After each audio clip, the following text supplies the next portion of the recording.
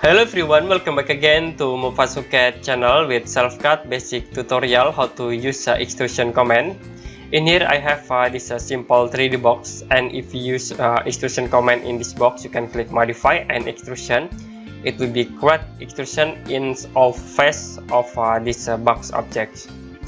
You also can use normal vertex, and it will be extrude in a surrounding object, so we can increase or decrease the size of box objects. You can click OK to apply.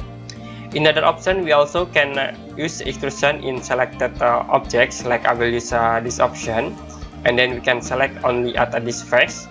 The next, we can use extrusion command, so it will be extrude to the top.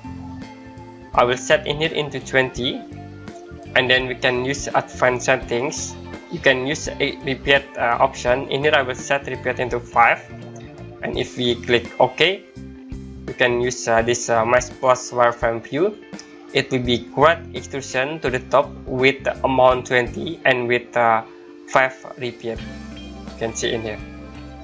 You also can use like normal vertex, like I will extrusion, and then you can select normal vertex. The next, we can extrusion with repeat 4, and you can click apply. It will be create this simple 3D models.